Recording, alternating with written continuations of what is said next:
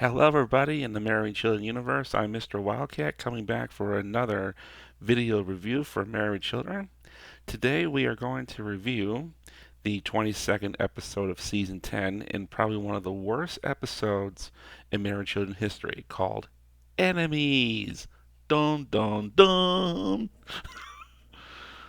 Enemies was originally broadcast on April 14th, 1996, and it was supposed to be a TV spin-off parodying the NBC sitcom Friends, which aired on NBC from 1994 to 2004, airing approximately 240 episodes in 10 seasons.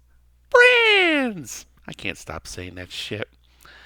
Anyway, so what do I know about Friends? Well, the one thing I am in no big fan of the show whatsoever. I never, yes, I have wound up watching a couple of episodes because at work, this is the show that winds up on the TV half the time while I'm on break or lunch. And it's probably because, when it airs on TBS, it's pretty much the only good show on the air. It's either that or watching the stupid news or talk trash TV. By that I mean Maury or The View or Springer or More News. So I suck it up to it and I watch Friends, even though I don't understand what the hell this show's talking about. So I understand. So the one I do know about the show Friends is that it did air on for 10 years. There was a bunch of there was like 6 people or something. The local hangout was at Central Perk, their local coffee house. Other than that, I know it had Matthew Perry, it had Matt LeBlanc, it had Courtney Cox, and it had a couple of other cast members on there. Speaking of Matt LeBlanc, did you know you guys realize that Matt LeBlanc had appeared on Married Children a couple of times earlier on in the Married Children universe? I think it was back in like seasons 5 and 6. You had I think it was like back in season 5. Matt LeBlanc appeared twice on the show. It was Oldies but Youngins, in which Al tries to figure out the song him. He and this other guy, they wind up doing a TV spin-off on Married Children, Top of the Heap, the show's 100th episode. So these two guys, they wind up appearing in Oldies but Youngins as a way to open up the door for Top of the Heap, which wind up airing an episode or two after Oldies but Youngins. And then you had Top of the Heap, the show's first attempted spin-off, and unfortunately the biggest waste of the show's 100th episode. Okay? 100 episodes on a TV show is a huge fucking deal. And the reason why is because the show, by hitting 100 episodes, it gives you the green light to go into syndication, where there is millions and millions of dollars to be made, airing 5 nights a week, plus addition to getting additional exposure and getting people to catch the show that may not have catch it during its original run, thus hopefully gaining additional viewers in the process. Okay? So Top of the Heap was so Enemies was actually the third attempted spin-off attempt for Married Children. The first was Top of the Heap, which I just mentioned. That one I gave a 0.0. And the reasons why I gave that one a 0 completely is because, number one, it lacked the characters from Married Children, with the exception of Al for a couple of minutes in the shoe store, which doesn't really count. You also had, in Act 2 of the episode, you had this one lady that it wound up being Al's first lady that he insulted in the show's pilot back in '87. And she will be making another appearance in season 11 for Crimes Against Obesity. But we'll get there when we get there, shall we? So, plus the fact that it was the show's 100th episode and they decided to waste a perfectly good milestone on a piece of shit like this. Okay? Top of the Heap actually got picked up and wound up airing for 8 episodes on Fox, including the pilot, of course, but eventually fell off the grid. Second attempt was in season 9, towards the end, called Radio Free Tremaine. In that episode, Bud is a student at Tremaine College, and he is in the process of trying to go study with this other girl. You have to forgive me 1 second. Oh, April, that's the one. Okay.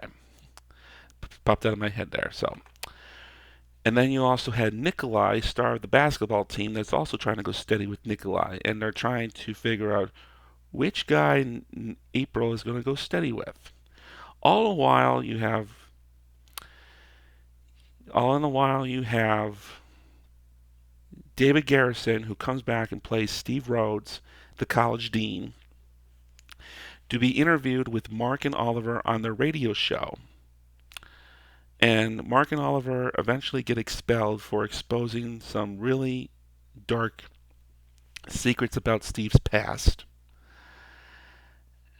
But it's not until Bud, Nikolai, and April seize the airwaves that gets Mark and Oliver back in school and back on the radio station. That episode I gave a 3 out of 5. I was being conservative with that one. Now, that one, I do admit, it's not a good episode altogether, but it was the best of the 3 attempted spin-offs. And while other members of the Married Children podcast were given lower ratings, I was being conservative. I actually liked it, but I had to be a little conservative with it, and I wound up giving it a 3 out of 5. That's the best that I could do for a show for an episode like that. Moving on to Enemies, I'll give my rating for that one later on in our review. There's got some lists we got to go over. So, we did talk about the show Friends. Friends! Okay? And how annoying that the show is to Bud and Al and the rest of us. They did mention on the Married Children podcast that Christina Applegate appeared in a TV... After Married Children came off the air, Christina Applegate appeared in another TV show for NBC called Jessie.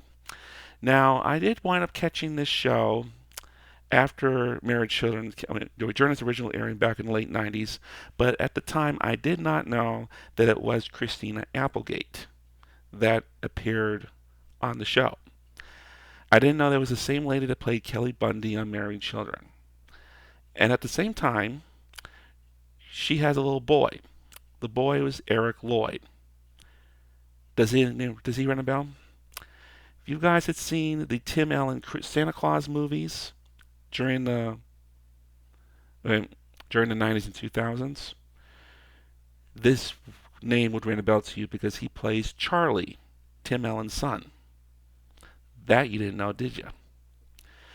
The show was set in Buffalo, New York, my native town, and I really loved the Buffalo when the characters were coming in dressing up in the Buffalo Sabres hockey jerseys.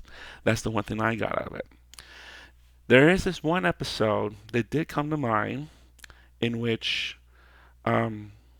these two guys, they wind up babysitting Christina's son while Christina and this guy went out for a date.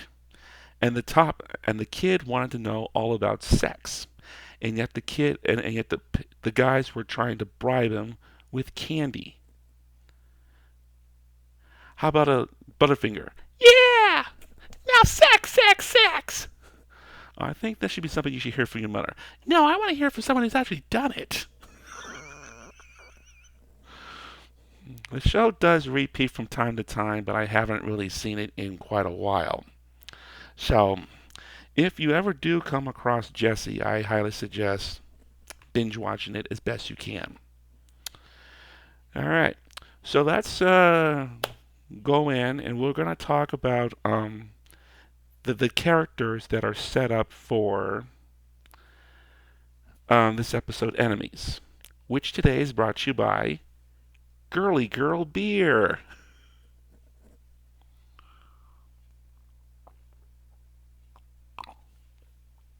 All right. So let's try to dig into this as quickly as we can, shall we? You have Tom, who is a delivery boy.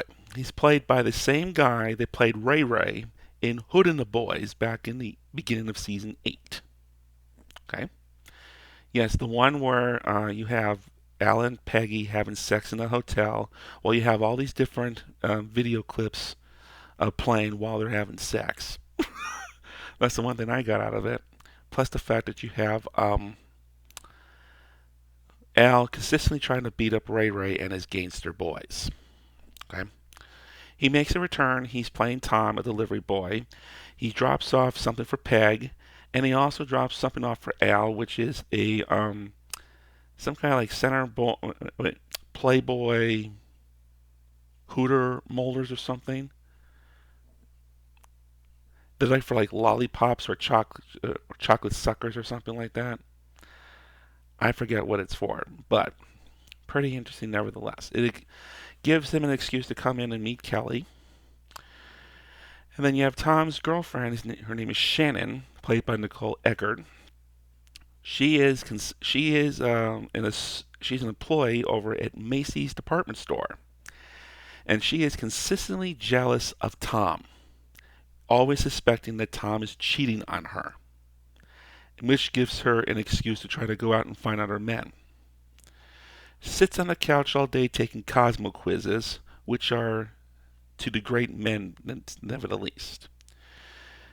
Inside the apartment, you also, in addition to Tom and Shannon, you also have Tom's stepsister, Maria, who's always either sitting at the kitchen table or in the kitchen, cooking or doing dishes, whatever.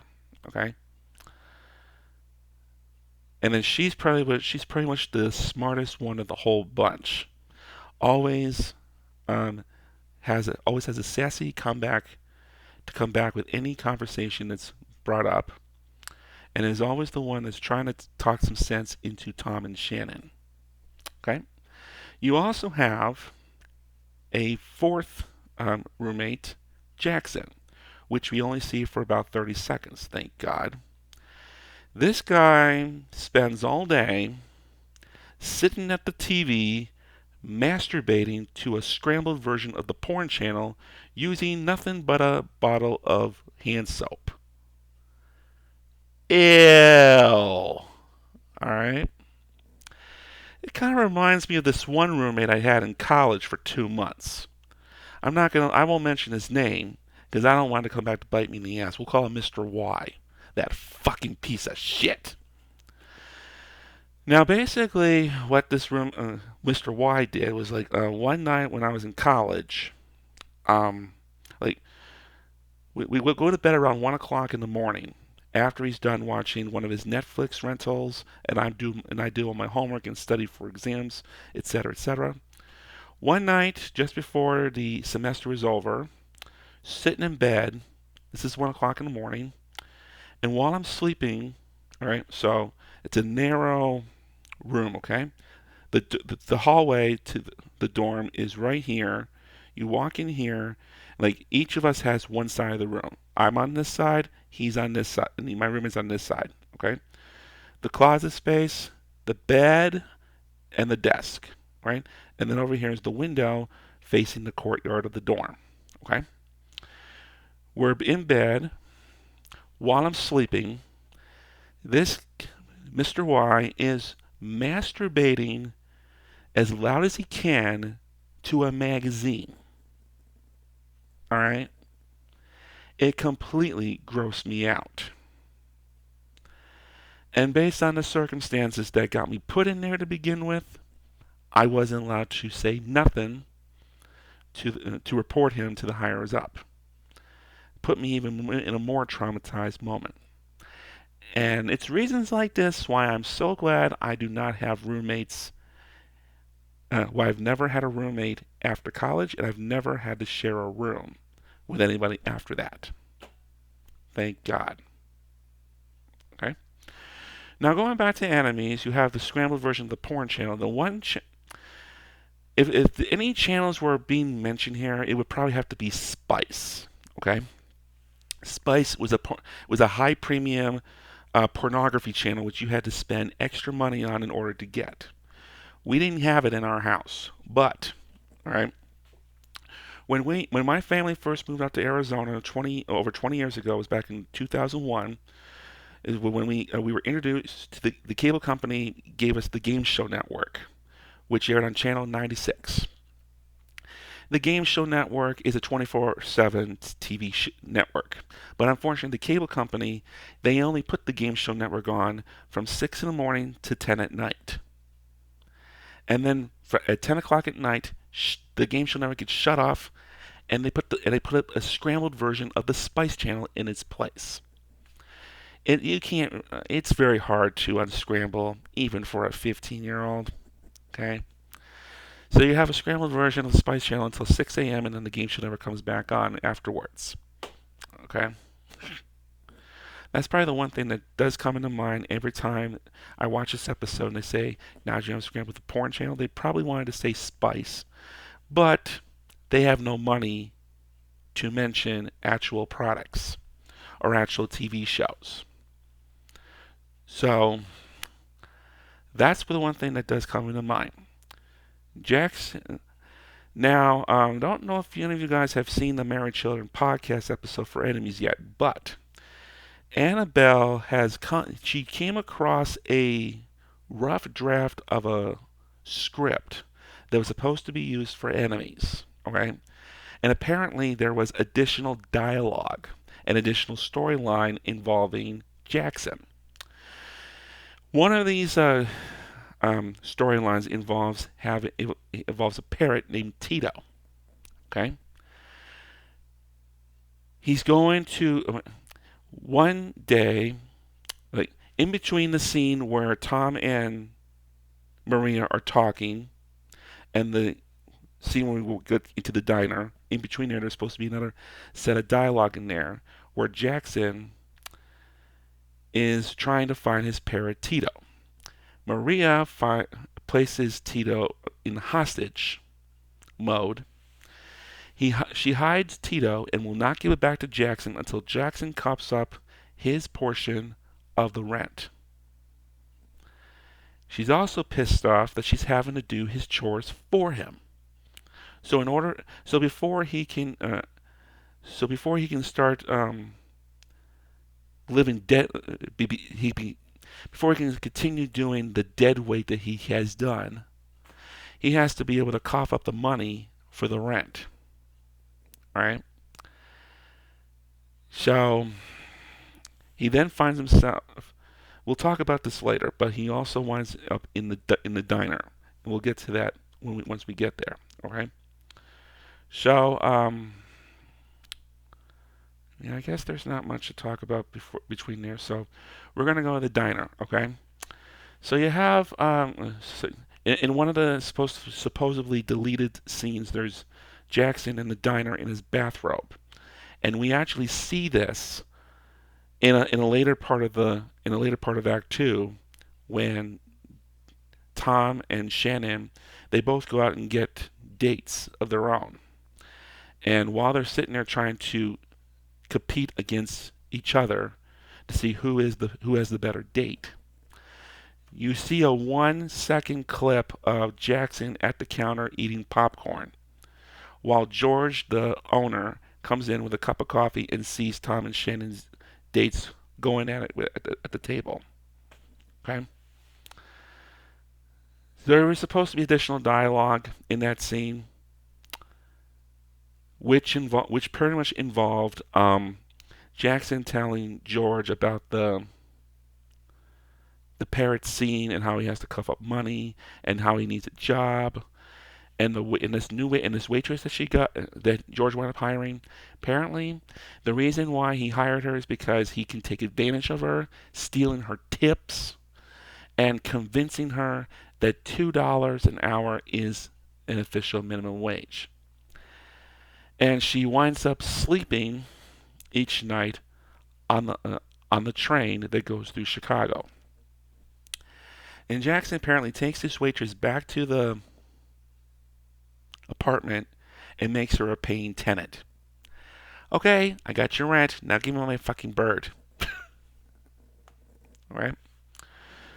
So this diner scene in the second half. Oh my god, this is all right. I don't even know where to start. The first part of the scene, we have the Darcys. We have Marcy and Jefferson that are shoehorned into the episode as a basic attempt to, as a the lamest excuse to get a paycheck, and it is considered their worst appearance in the show's history. These two are better off not appearing at all. They're one of the podcast hosts called them wiggers. Okay, white people trying to pretend to be black people or trying to adapt into the black community. Okay, they basically the way that they're talking to the owner. Yo, bro, we're new to the hood. What can you recommend? They're looking for soul food. They feel like they're in a place where they can experience new things. But unfortunately, it's an old school diner. And the one thing they do sell is hamburgers and fries.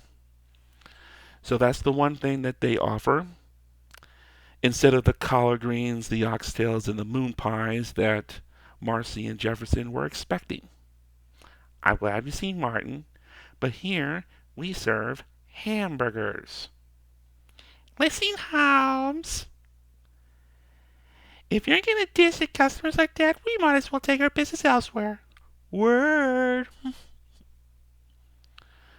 So George basically takes the order to go, throws their burgers and their fries into a single brown paper bag, and then dumps their drinks. I don't know if it's a Pepsi or an iced tea or a Coke, but it goes right in on top of the food.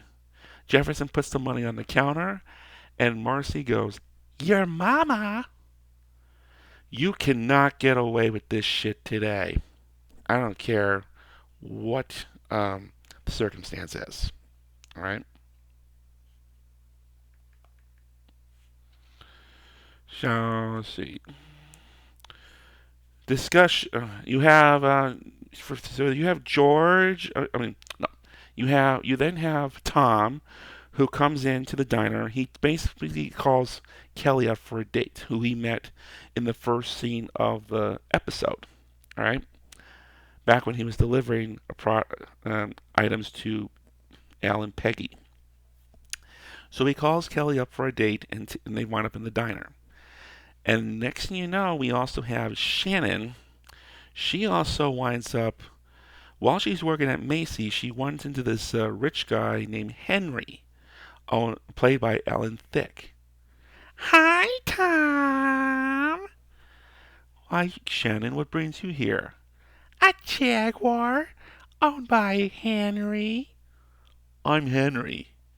My other car is a yacht. So, where'd you guys two meet? At Macy's. I was there to buy a gift for my wife, and I thought I'd pick up a little something for me. Excuse me, George. Kelly and I would like a table for two. Henry and I would like a table for one. And I like to pass a health inspection, so good luck to all of us. Now there is some scenes and stuff about Tom telling George about munching on Ben and Jerry's ice cream to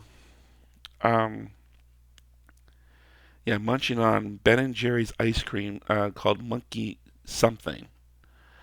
I've never had Ben and Jerry's. I've rarely had Ben and Jerry's. It's not the healthiest ice cream to be eating. I did eat a couple of pints of this stuff when I was in college, and quite honestly, wasn't too thrilled of it. It's expensive. It's fattening, and it's not the best stuff for you. So I can't even recall exactly which flavors I've had of Ben and Jerry's. All I can say is I've had it at least once or twice, and I'm not sure if I would ever have it again. There's also a reference to Blue Moon ice cream that I have definitely had, and quite honestly, I think I've had that a little more often than I had Ben and Jerry's. I haven't had Bell in such a while. But out here, we all, in addition to Bluebell and Ben and Jerry's, we also have Shamrock Farms. Okay, it's our official dairy supplier here in Arizona. Okay, so you see a little bit, but I'm not even sure if they carry their own ice cream or if Bluebell is part of the Shamrock Farm brand. You have to forgive me for that one. There's also some references to John Lithgow. Okay, now John Lithgow, growing up as a kid, I remember watching him in Harry and the Hendersons from 1987, as well as Santa Claus the movie from 1985. These two were amongst my favorite films growing up as a kid, and I liked them with all my heart. All right. John Lithgow and Harry and the Hendersons, basically the family is based out of Seattle, Washington. They go hunting, and on their way back, they wind up hitting something that appears to look like a Bigfoot. And thinking it's dead, they haul up, they put Harry, wait, they put the Bigfoot onto the top of the car, and the next thing you know, they find out that it's still alive once they get back to the house. Okay. The Bigfoot, they wind up naming it Harry, and they try to take it back to the wilderness before any real damage can be done. But unfortunately, a whole bunch of chaos arises. Harry breaks loose, and he's all over the city. I thought it was pretty good myself. Now, okay, and you do have a right to your own opinions. Okay, let me look up real quick. We don't want to talk much more about John Lithgow because we have other stuff we need to talk about. Let's see, Harry and the...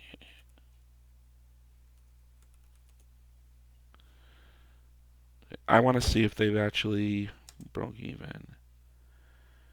Now, for those of you thinking that Harry and the Hendersons was a box office failure, you are absolutely wrong. Harry and the Hendersons was made off of a $10 million budget. They grossed $50 million worldwide. Okay, and he was not John Lithgow was not the only star in there. You also had Melinda Dillon, who played the mother in A Christmas Story, and she also had other roles in Close Encounters of the Third Kind, as well as Slapshot, starring Paul Newman. She played this lady Suzanne, who slept with Paul Newman topless in bed one night. So, you want to see some real nude? Go check out Slapshot. All right. Harry and the Hendersons did win an Academy Award for Best Makeup, although the guy who did play Harry unfortunately passed away from AIDS in 1991, just a few years after the film was made. Now, Santa Claus, the one that John Lithgow was in, it's a completely different movie from the Santa Claus movies that Tim Allen played in. Okay, the one with John Lithgow was from 1985. It starred Dudley Moore as an elf, Patch, who winds up coming to New York. He runs away from the North Pole and sets shop up in John Lithgow's toy shop in New York City after realizing that he made some very defective toys for kids, and he wants to make things right for Santa Claus. So he winds up working for another toy manufacturer in an effort to prove himself right for Santa Claus once again. The Santa Claus in this movie was played by, I think it was Donald something. Let me double check on that. John, let's see. Okay.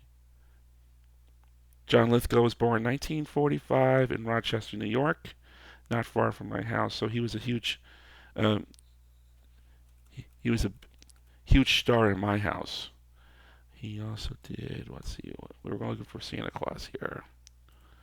Come on. Okay. Santa Claus the movie, that was the official title. It was David Huddleston. It was the one who played Santa Claus. He just passed away a few years ago. Now, Santa Claus the movie, that is a different story by its own. This film was made on a budget anywhere between 30 and 50 million dollars. It only grossed 23 million at the box office, so that one was a box office failure. Harry Henderson's, on the other hand, was not. John Lithgow also starred in the made-for-TV movie The Day After from 1983, in which a fake war breaks out between the U.S. and the Soviet Union, and the next thing you know, both countries are attacking each other with nuclear missiles. It shows it basically shows like chaos during a nuclear attack and the aftermath of nuclear missiles blowing up the entire Midwest. John Lithgow in that film does play one of the professors at the University of Kansas. Okay, and that movie, I mean, it wasn't released in theaters. It was actually aired on television in November of '83. It is the highest rated made-for-TV movie in television history, and that's a record that still holds to this date. I think it grossed like more than 115 million viewers. Let me double check on that real quick, and then we will. Oh yeah, he also did Terms of Endearment, which won an Academy Award, and I think it was nominated for a. He was also nominated for an Oscar in that one, I believe.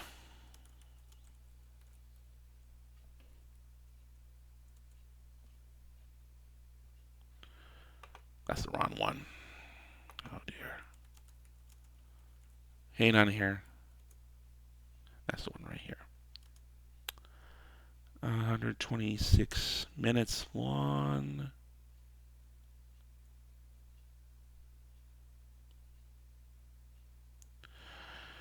Um, it doesn't give us an exact number, but it says right here on Wikipedia.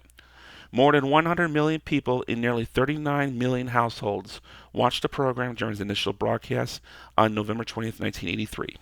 With a 46 sharing and a 62% share of viewing audience during its initial broadcast, it was the seventh highest rated non-sports show up to that time and set a record as the highest rated television film in history, a record it held as of 2009.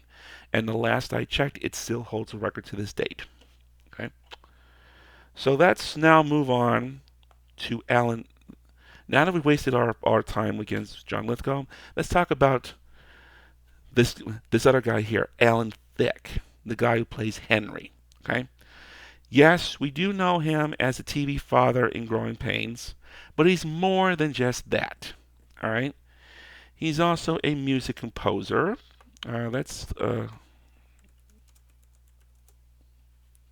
All right. Alan Thicke, he's done work. He was born in Kirkland Lake, Ontario, in 1947. He's been a very huge presence on both American and Canadian television. He's done. He's hosted talk shows. He's hosted game shows. He's also uh, produced and composed a number of theme songs to a wide variety of TV shows, such as Different Strokes and The Facts of Life, plus the following game shows, including but not limited to The Joker's Wild, The Wizard of Oz, Celebrity Sweepskates, The Diamond Head Game, Animal Crack-Ups, Blank Check, Stumpers, and the one that is the most popular and his most popular piece of work, the original theme song to Wheel of Fortune, that was used from 1975 to 1983. The reason they stopped using Alan Thicke's music on Wheel of Fortune in 1983 was because by that point, Merv Griffin had gotten the green light to take Wheel of Fortune into nighttime syndication. Okay? Because at the time that Alan Thicke's music was on the air, and Wheel of Fortune was airing on NBC daytime television. Okay? The show was given the green light to air at 5 additional episodes in nighttime syndication, and of course they had to air at night in order to avoid competition with the daytime version. The nighttime version also gave the green light to higher dollar values on the wheel, as well as more expensive prizes that could be offered on the show. When the show went into syndication in 1983, Merv Griffin stopped using his music mainly because it would have cost double the royalties to Alan Thicke. Of course, Alan Thicke was getting paid every time that his music was being played. And if Merv Griffin had to take the show and produce double the number of episodes, what's the point of paying double the royalties when I can produce the same music myself at no cost? But yeah, Merv Griffin was a music composer himself, and he decided to invest his time in producing some music for Wheel of Fortune, and that's when it dropped. But when Alan Thicke's music was on there, Wheel of Fortune, for the most part, was a completely different type of game show than it is now. For example, all right, in addition to writing the introduction, the main theme of the show, which was played at the intro and the closing credits, he also wrote a bunch of music for the show that was used to go in and out of commercials. Plus, he's also wrote a whole bunch of prize cues for the shopping rounds that were used in Wheel of Fortune. You heard that right. For those of you who do not know, when a Wheel of Fortune first came out, you did not play for cash in the puzzles. Instead, you took the money that you won and you went shopping on stage. You bought a series of prizes within the. So suppose you won $1,600 in that round. You went over to the set, and you were required to select as many prizes as you could within that $1,600 range. Even if it was prizes that were crap and you didn't want, if you had money to buy it, you had to buy it. All right. And then once all the prizes were mentioned, anything left, you had the option of either putting that money on account or redeeming it towards a certificate. Now, putting it on account was a huge risk because you had to solve another puzzle and not hit bankrupt along the way in order for you to use that account money. So 99% of the contestants played it safe. Well, put that money on a gift certificate, please. And then the announcer wound up announcing all the different prizes in his descriptions that they had just picked from winning that round. And the music that was played for that was also written by Alan Thicke as well. Okay. My first exposure to Alan Thicke was not Growing Pains. In fact, I have never seen the show, believe it or not. A little before my time. My first introduction to Alan Thicke was on another game show in 1999, that was around 2000, 2001, called All New Three's a Crowd, that the Game Show Network decided to revive. It was originally a game show from 1979 created by the one and only Chuck Barris, who is the one behind the Newlywed Game, the Dating Game, and the Gone Show. He created this controversial game show in 1979 called Three's a Crowd that was originally hosted by Jim Peck and aired in syndication. Three's a Crowd basically was they brought on three guys along with their wives and their secretaries. Okay, so you had me and two other guys, and each of us would bring on our wife and our secretary. And the object of the game was to figure out which of the two women knew the guy better. And at the end of the show, the wife of the secretary with the most number of points split $1,000 with their boss or husband. Okay? It was stupid, it was raunchy, and it was extremely inappropriate, especially for that time. You had, all right, Three's a Crowd was so bad, it literally brought down Chuck Barris's game show empire. All right? You had feminist groups, you had feminist activist groups on the far left, as well as social conservative activist groups on the far right.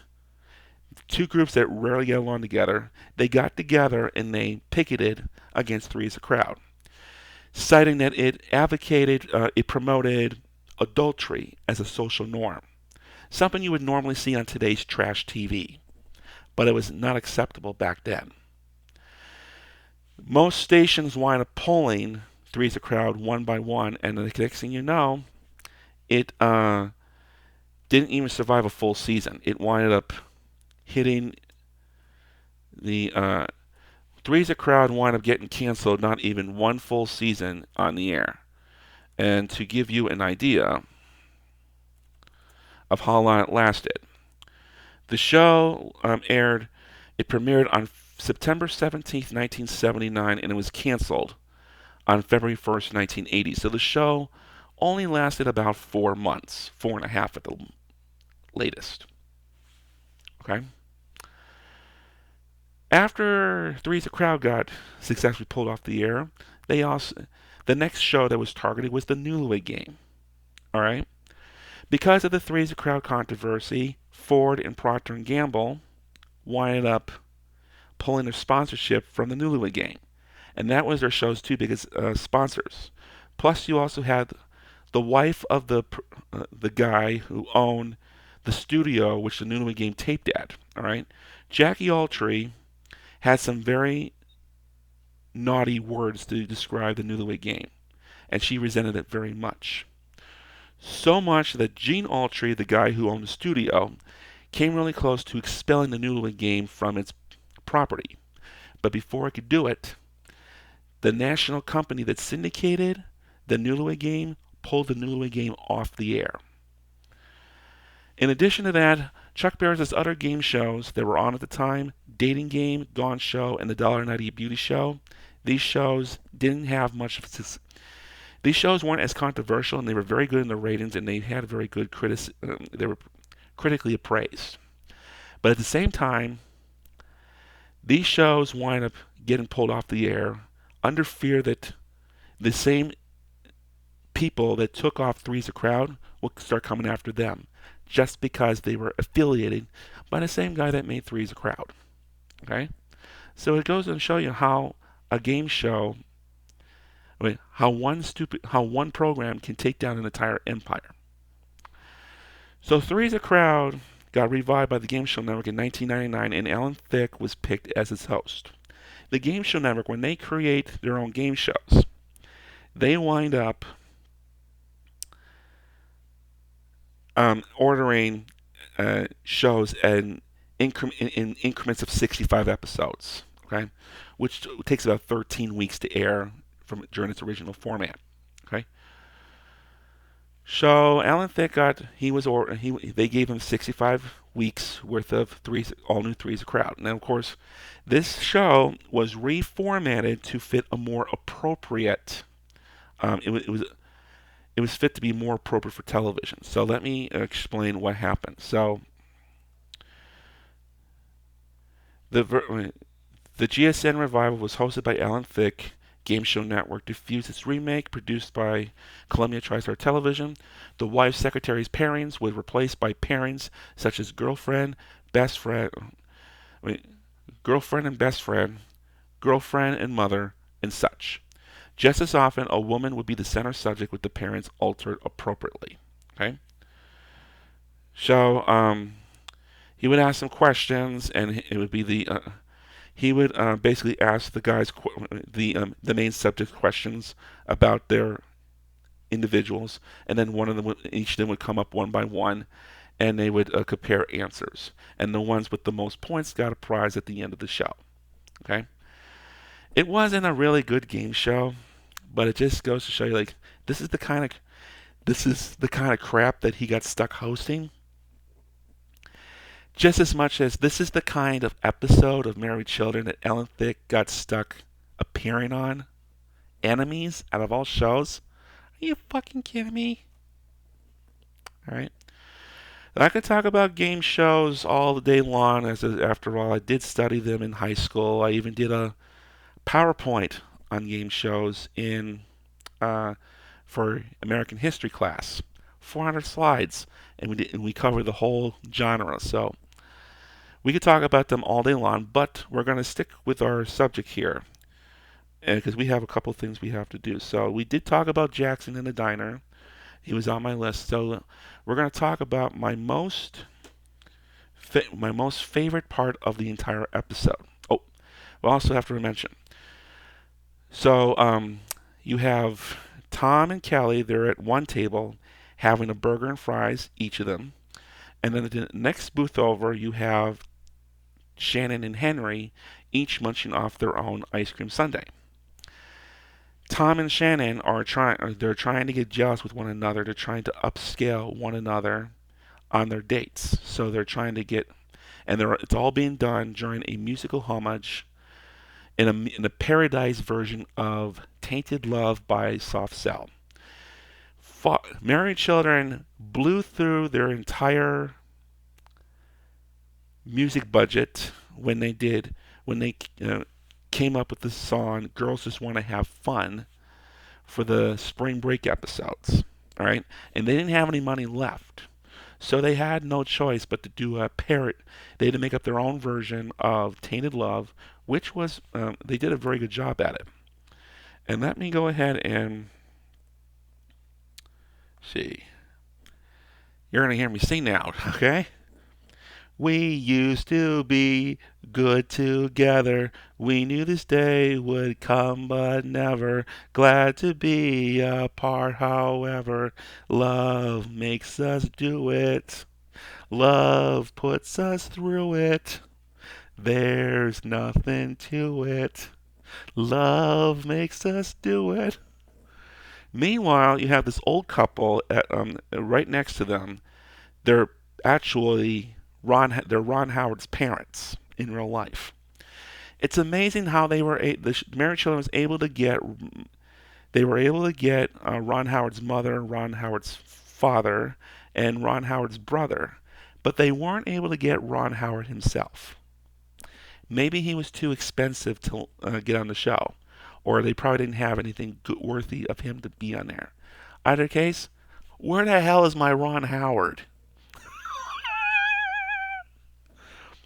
Ron Howard did make an appearance in The Simpsons a few years later with Alec Baldwin and Kim Basinger, and they're basically trying to they're jumping on this RV that Homer's run away with.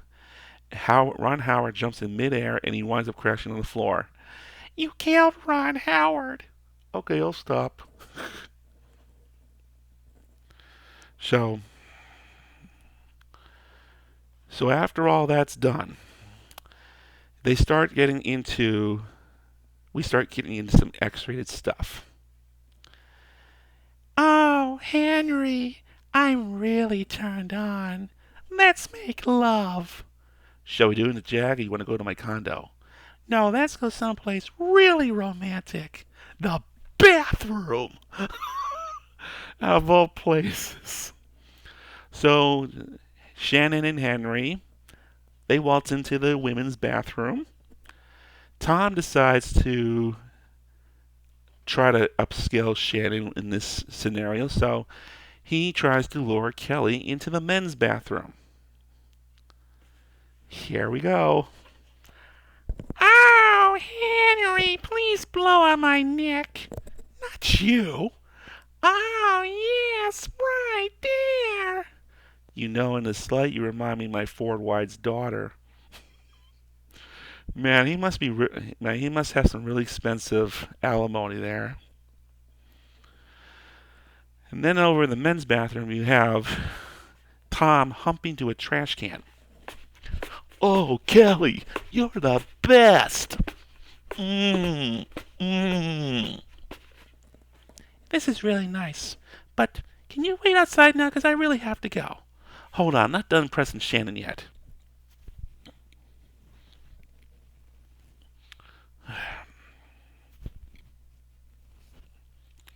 Hold on, I'm not done pressing Shannon yet.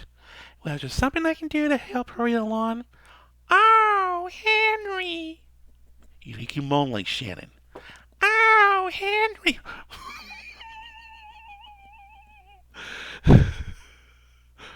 Oh, Henry? I mean, oh, Tom. Oh, Kelly, lower. Oh, Henry, higher. And then you have Ron Howard's mother will go over. Oh, Edwin, take me to the bathroom. The best part of the whole scene. That's it. No, that's it. I'm there. No, I'm there. You can't be there. I'm the only one who can take you there. Yeah. Come here. Mm. I'll tell you one thing. I am never going on a second date with Tom. No, you shouldn't. A woman like you deserves someone who respects women. Nice legs. You want to get him a jag and go shopping? Sure. But can you wait one moment because I really need to use the bathroom? Okay.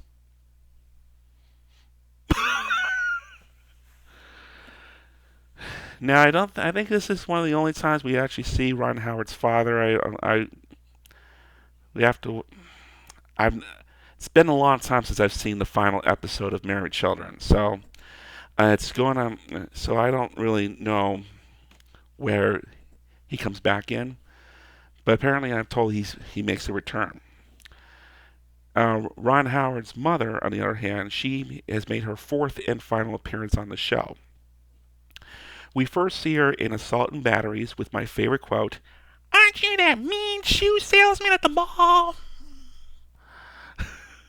And now going, "Yes, I am that shoe salesman, and I don't need your fucking place in line. Eat shoe and die." And then we see her making an appearance again in Business Sucks. She's on the train with Peggy on the way back to Chicago from Wanker County, and she tries to price gouge Peggy for a piece of banana cream pie. And then we see her once more in Bingo Was Her Gameo. She harasses Marcy throughout the entire episode. Touch that marker one more time, and you'll be eating through a straw like the rest of us. Squeak that chair one more time, and you'll wish you were never born like the rest of us. Congratulations, Peggy. Shut up! Marcy is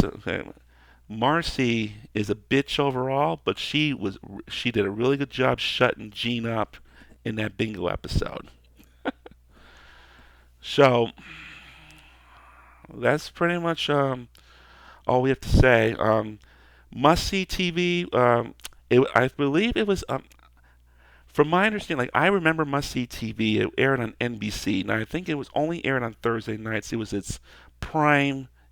I don't know if it aired every night of the week, but I definitely know it aired on Thursdays. And they had some really key shows that aired on that night. You had Seinfeld. You had Veronica's Closet. You had, you probably had Friends on there too. And then you also had Frasier as well. Those are the big shows. Now, of course, ER did air on the final hour of Thursday night primetime, but it is not considered must-see TV because it was only on the comedies that aired earlier in the evening. So, give me 1 second real quick. Before we go into the ratings, I want to take one last look.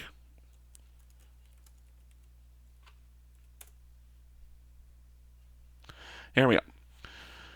Must-see TV. Let's see. Is an advertising slogan that was used by NBC to brand its primetime blocks during the 1990s and most often applied to network's Thursday night lineup, which featured some of its most popular comedy and drama series of the time period. Okay? Now, basically, must-see TV was used from 1993 to 2006 and has also been used since 2017. Back in the 90s when must-see TV was used, it was usually used, I was right, it was on Thursday nights. Because that's when Seinfeld was on and Frasier was on. And I'm pretty sure Friends was on there too. Or at least after Seinfeld went off the air. So, that's Enemies in a nutshell. And I'm going to need a drink of beer before we go into our ratings, okay?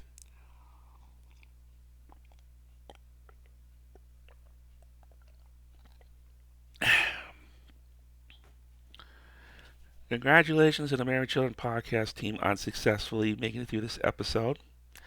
The more I watched it, the more I got attached to it. But Enemies as a whole is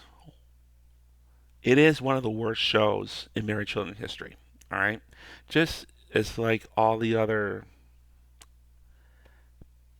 pilot attempts. All right, my most favorite pilot attempt on Married Children was Radio Free Tremaine.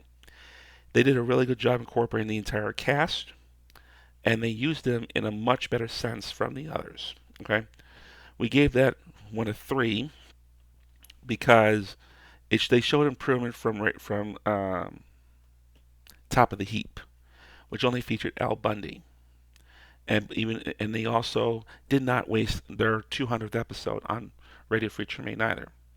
It was a shame that Steve Rhodes was the. It was a shame that Steve Rhodes never. His last appearance on the show was Radio Free Tremaine. So in this particular episode, Peggy escaped having to appear on it because she's still on maternity leave, and she'll be on maternity leave for a few more episodes.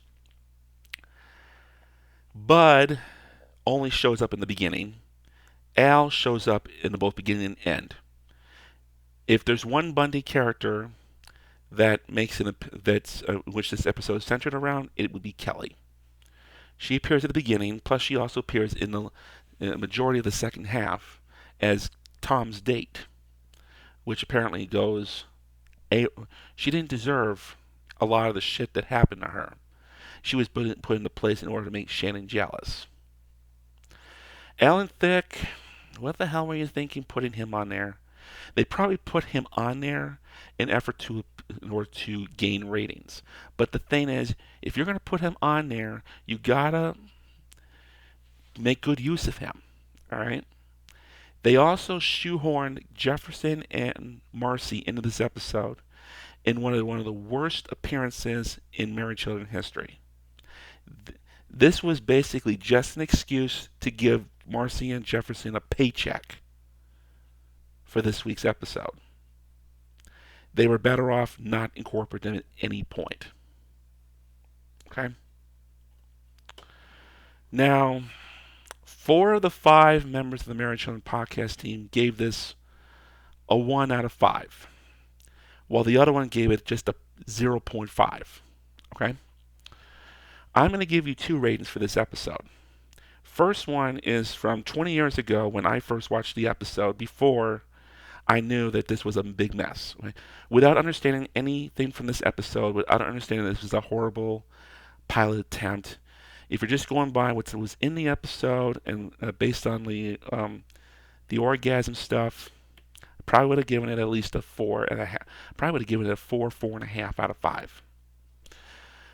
Unfortunately, now that I know everything and I'm much older, I can't give it that high of a rating. Especially, and if I were to give it a high rating like that, chances are I would receive a lifetime ban from the nudie bar. Of course, they won't. They gotta be respectful of other people's opinions. But my view on the show is pretty much on the same page as the Married Children podcast team. It is a horrible show. It is a horrible episode. It is an episode that never should have been made. It was made just to shut the network executives up. It is dirty. It is X-rated. It got X-rated, and I'm surprised it didn't get me into trouble when I was a young kid. Okay? So, I'm the kind of I rarely give less than a 3, and if I give less than a 3, it's really bad. Other episodes. So, to recap, Top of the Heap got a 0 out of 0. Got a clear 0. Radio Free Tremaine got a 3. Enemies is going to receive a 1 out of 5. All right, that's the highest I can give it to them. All right, it has some very fun. The funniest thing I liked about it was the diner scene. The only thing that was funny was that scene in the diner where Tom and Shannon are having orgasms in the bathroom, and the fact that Ron Howard's parents gets to decide that they want to go to the bathroom too. Okay, that's the only thing I really liked about it.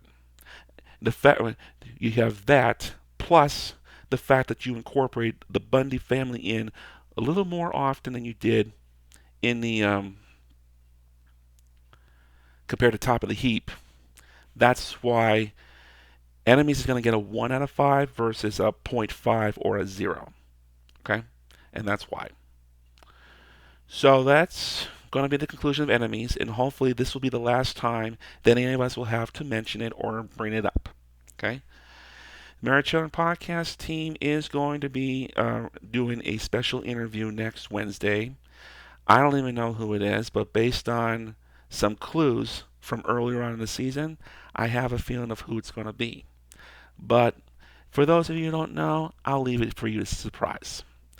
But I do have a little secret in for you guys. All right?